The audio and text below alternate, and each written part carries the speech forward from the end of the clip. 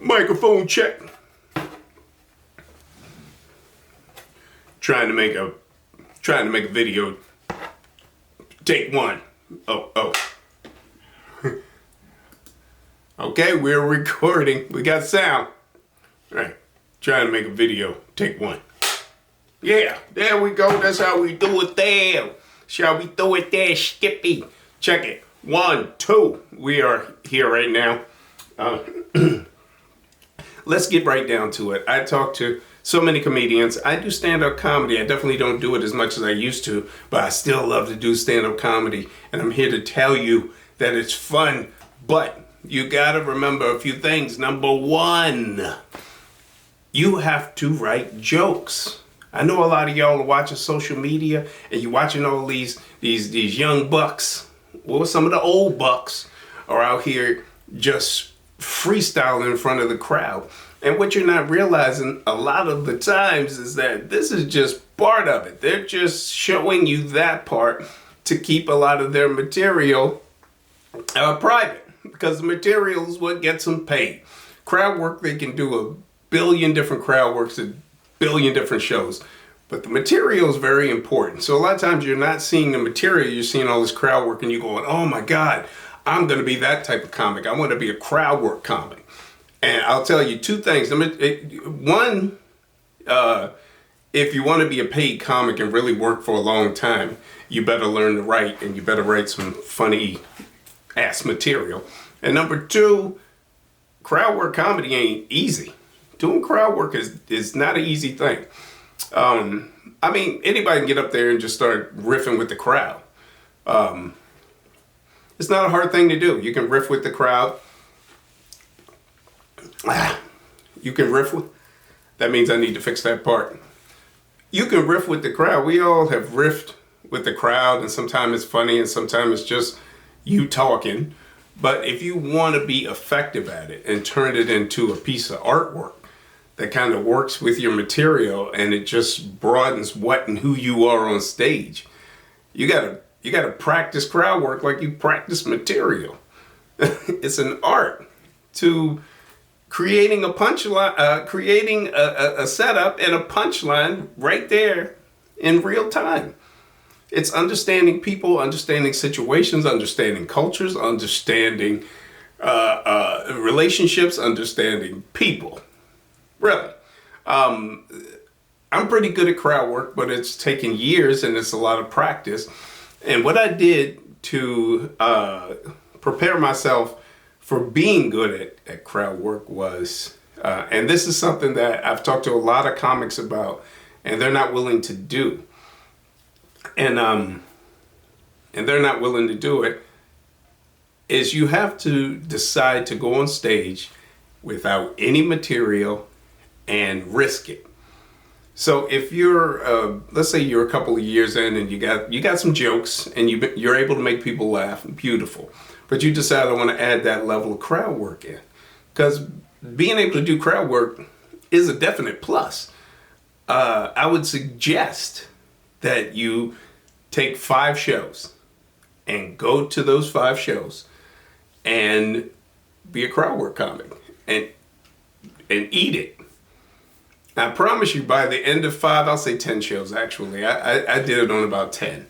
So just to give you a little background, what I did was I started as your typical wannabe comedian. I wrote jokes, I wrote bad jokes. I finally learned how to write good jokes. I learned how to write more good jokes. And I would watch these incredible comics.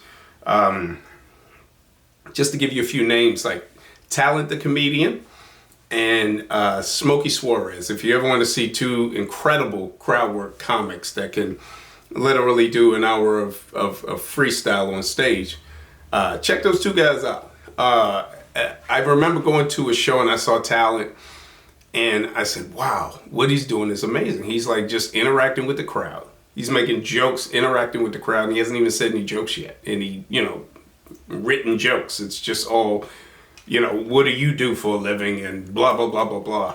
And I thought it was the most amazing thing. Then I saw Smokey. Smokey did the same thing, and I was like, wow, these guys are a different level.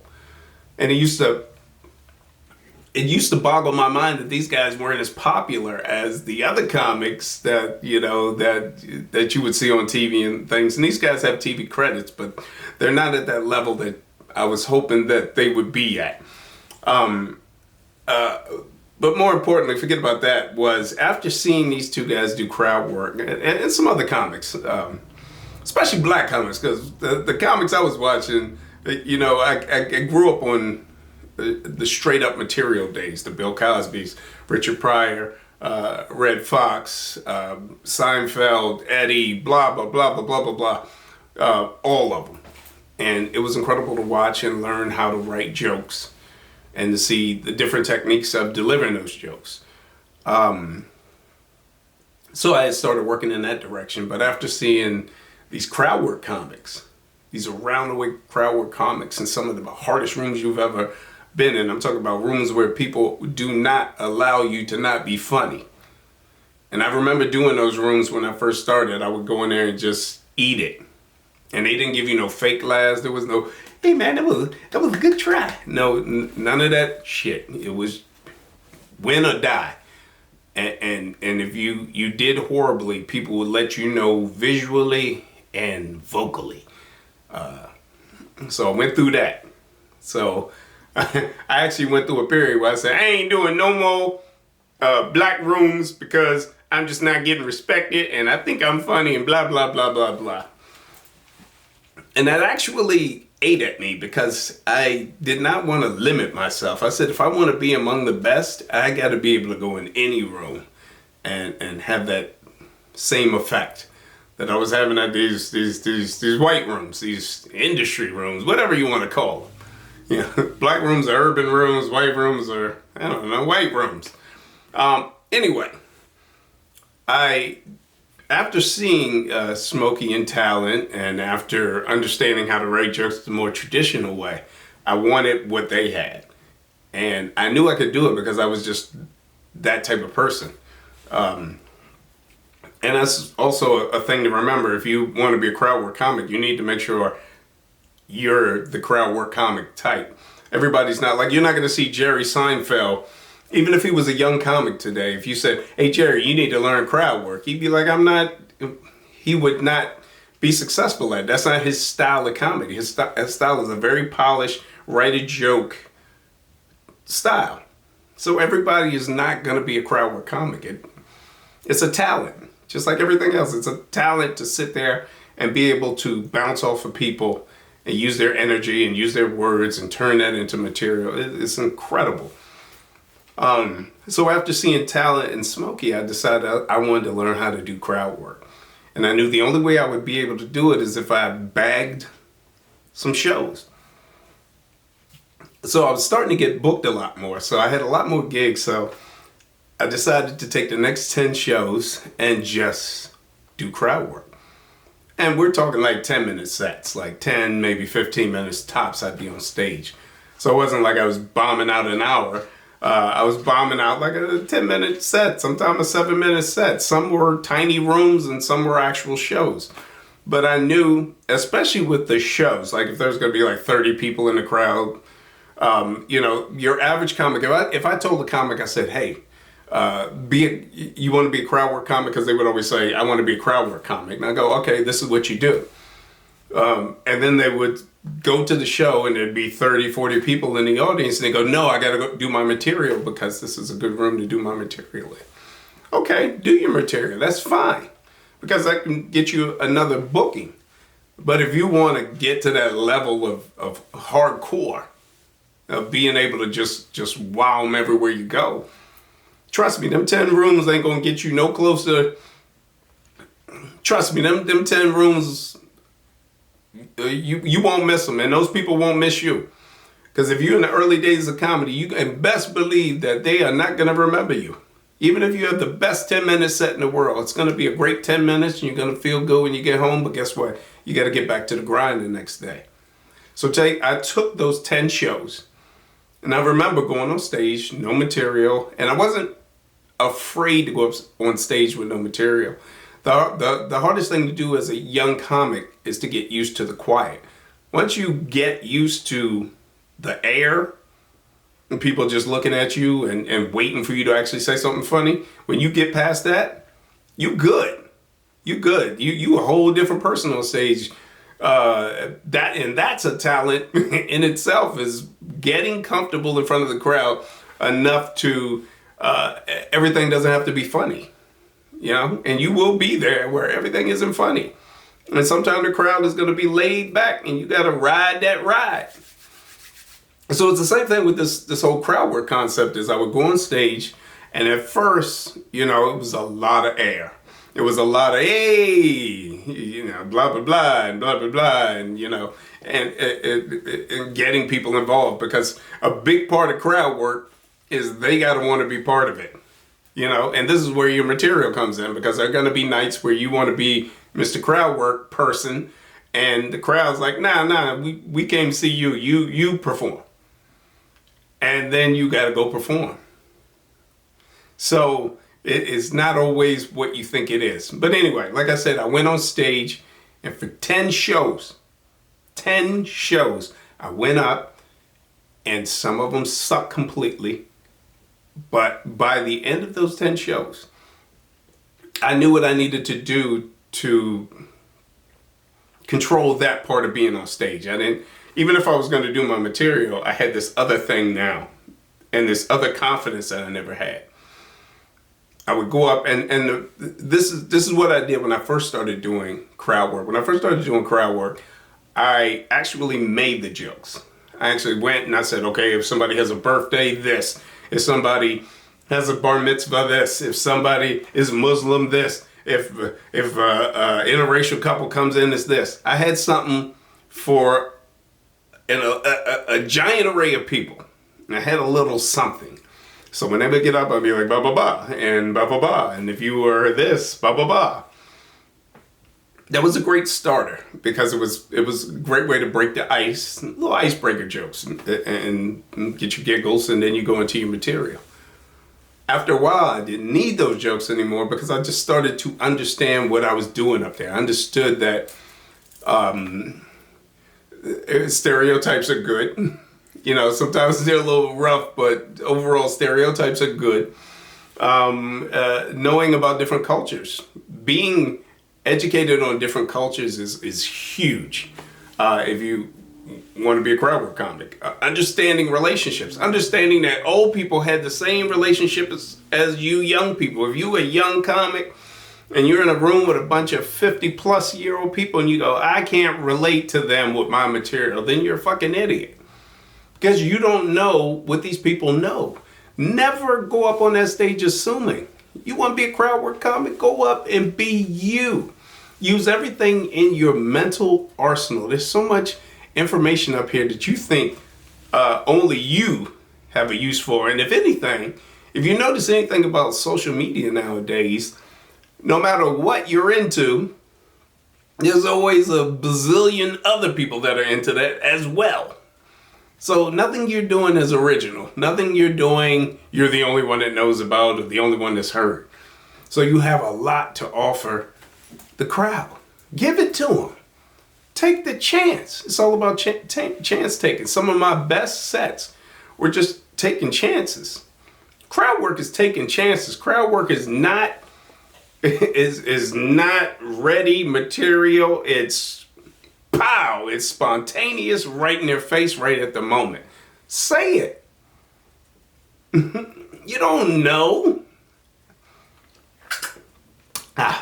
Say it. You don't know what they're going to react to, what they're going to laugh at, what they're going to think is funny, what they're going to think is serious, what they're going to be hurt by. You don't know until you say it and the reaction comes out.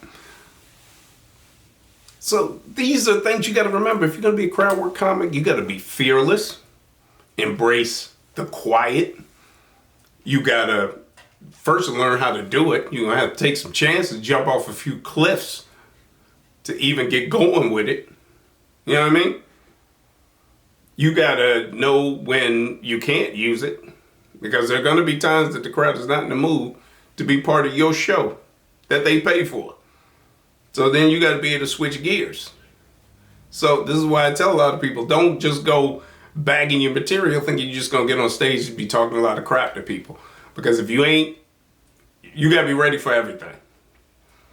Being a stand-up comedian is like being a soldier. When you get out on the field, and I don't know nothing about being a soldier. I'm just kind of generalizing here. I'm just saying that if I was a soldier and I was out in a real situation, I was a soldier, I would want my guns and I would want some grenades. I want a food pack. I need my water. I got asthma, so I'm gonna need my asthma medicine. A good pair of boots, some extra socks, and one of them kill pills in case I get surrounded. I just want to bite the pill and go through no BS. Just bite the pill. You know what I'm saying? Prepared, and that's what you want to be, prepared. So that's what you want to be, prepared. So let's recap. We're gonna recap. Let me say. So look, I wish you the best. Get out on stage, do whatever it is you decide to do. If you're gonna be a traditional comic, write every goddamn day. If you're writing notes, if you're writing little notes on little pieces of paper, make sure you put enough information to remember what that joke was about. Because if you write it down today and you don't look at it for a week or two later, you'll be like, yeah, it was toilet paper in my shoe. You don't know what that means anymore. It's garbage now. So write enough notes to know what the hell you're talking about so you can come back to it later.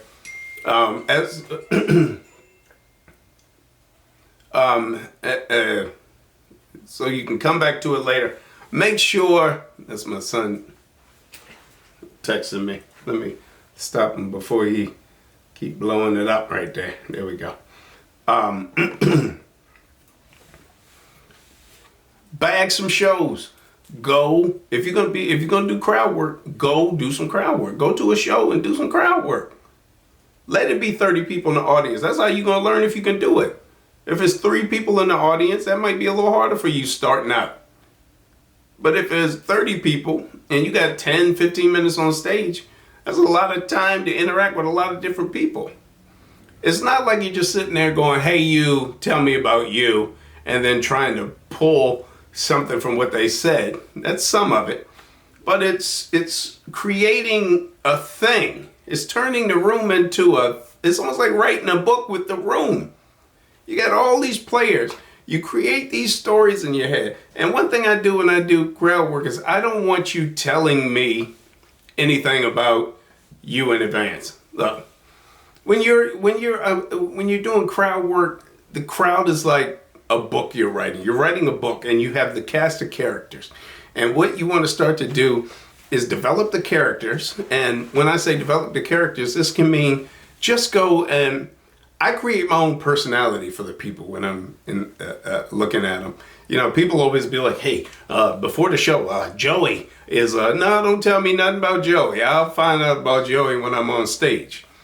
Also helps if I'm doing a crowd work, you know, we're talking time. I can, if I need to use more time, I'm going to learn about Joey on the spot and then I can do what I'm going to do from there. So now I got Joey, I got this person, I got this person, I got these little stories I built about them. I try to remember names. I'm pretty good at remembering the people's names, or I give them their own funny name based on something about them. And then I can pull it together. I can pull all these pieces together. He's a cop, he's a this guy's a correction officer, she does this for a living. Pull it all together and almost create kind of a goulash of a story. And it works. And then by the end, you got people going, oh my God, you remembered everybody's name. And how'd you do that? And there was no material. It was all about us. It's a great feeling. But like I said, it works when it works. So go learn how to do crowd work and let it be another thing in your arsenal. Let it be another, with your soldier, put it in your backpack. And you got more shit on you when you out in the field. All right? Go be a funny comic, but remember, don't stop writing if you want to be a crowd work comic. Do it all, okay? All right. Let me go. Got me all ramped up. I'm out.